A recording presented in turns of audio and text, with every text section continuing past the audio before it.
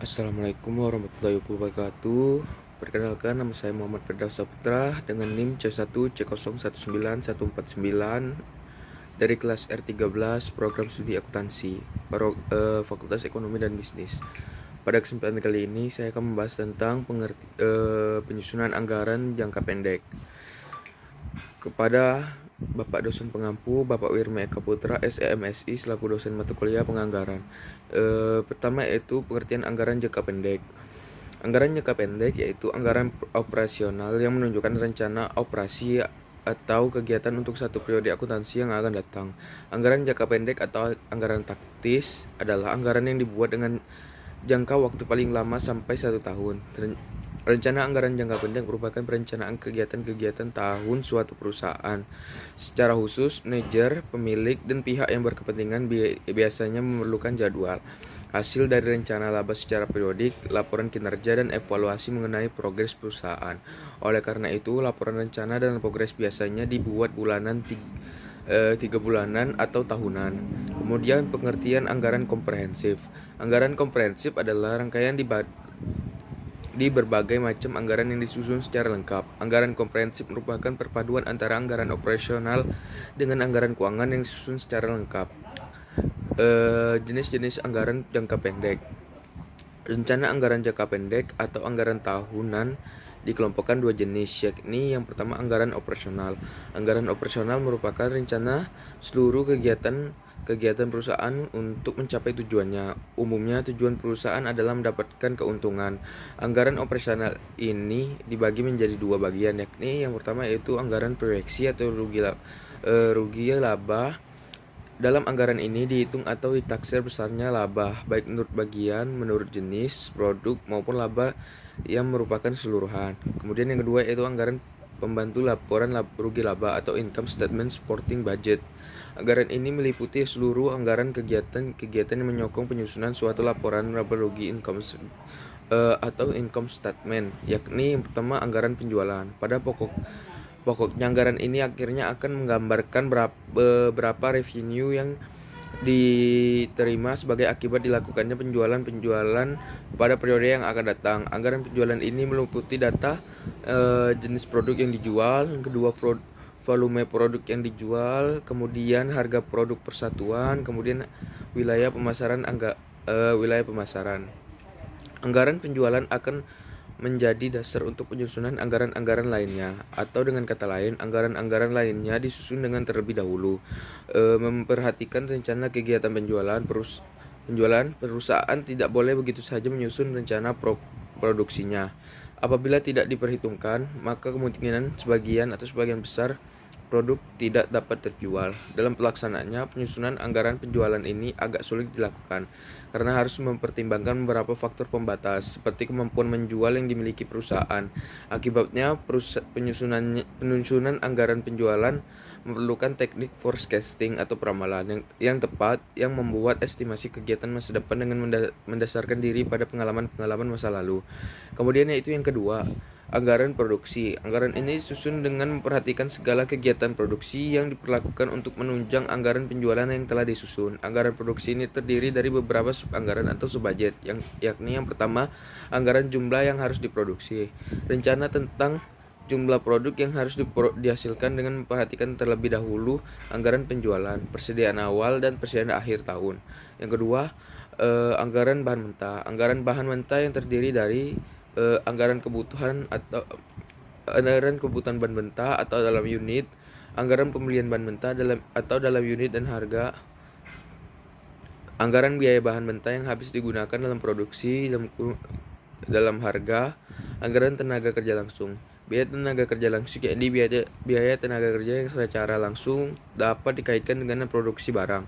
Dalam anggaran tenaga kerja langsung dicantumkan kebutuhan tenaga kerja baik kuantitas maupun biayanya.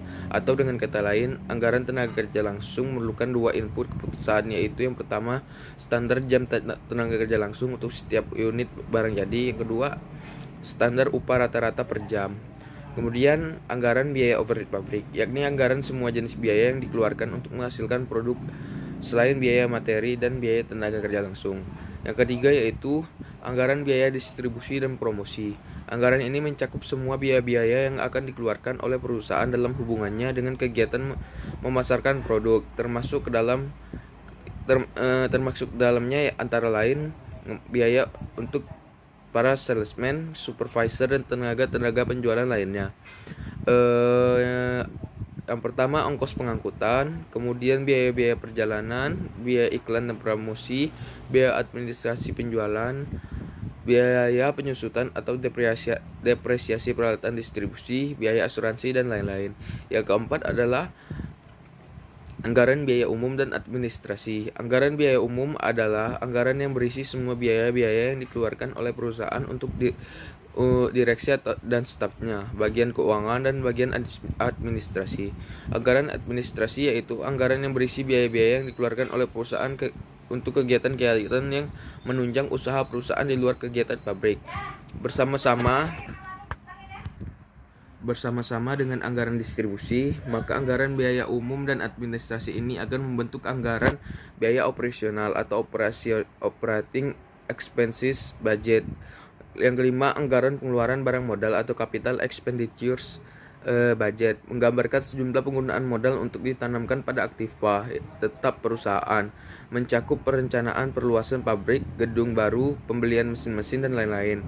Yang keenam, anggaran tipe apropriasi atau anggaran pendukung anggaran lainnya, merupakan anggaran yang tidak dapat dikategorikan sebagai anggaran-anggaran sebelumnya. Contohnya, anggaran pemeliharaan dan anggaran penelitian. Dari anggaran yang telah disusun dapat dibuat perkiraan pendapatan dan biaya.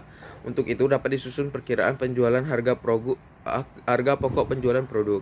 Kemudian yang kedua yaitu anggaran keuangan. Anggaran keuangan ini disusun sebagai akibat terjadinya perubahan kekayaan, utang dan piutang perusahaan.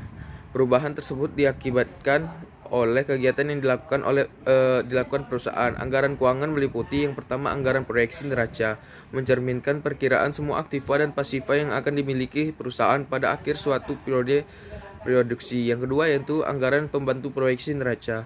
Anggaran ini merinci masing-masing pos yang ada dalam neraca, terutama pos yang berhubungan dengan masalah likuiditas perusahaan. Anggaran pembantu proyeksi neraca meliputi yang pertama anggaran kas. Anggaran kas menunjukkan rencana sumber dan penggunaan kas selama tahun anggaran, terdiri dari aliran kas masuk dan aliran kas keluar. Aliran kas masuk berasal dari penjualan tunai, penagihan piutang, penerimaan lain atau bunga dividen dan lain-lain, penjualan aktiva, penerimaan pinjaman. Aliran kas keluar dapat berasal dari pembelian bahan mentah, pembayaran upah tenaga kerja, macam-macam biaya yang dikeluarkan seperti biaya sewa, listrik, telepon, alat-alat tulis, dan lain-lain. Pengeluaran kas untuk biaya tidak sama dengan total biaya yang sama yang tampak pada budget biaya, karena ada biaya yang tidak memerlukan pengeluaran kas, seperti biaya penyusutan, bad debt expense. Jumlah biaya bukan kas terlihat pada laporan rugi laba. Pengeluaran untuk biaya ekspansi seperti pembelian mesin baru, perluasan bangunan pabrik, dan lain-lain. Dengan aliran kas masuk dan aliran kas keluar dapat diketahui posisi kas atau surplus dan defisit. Yang kedua yaitu anggaran piutang. Anggaran piutang mendasarkan diri pada anggaran penjualan. Dalam kebijaksanaan penjualan produk sebagian dilakukan dengan kredit. Yang ketiga yaitu anggaran utang. Anggaran utang disusun dengan mendasarkan diri pada besarnya pembelian kredit, besarnya bunga pinjaman yang perlu dibayarkan, dan lain-lain.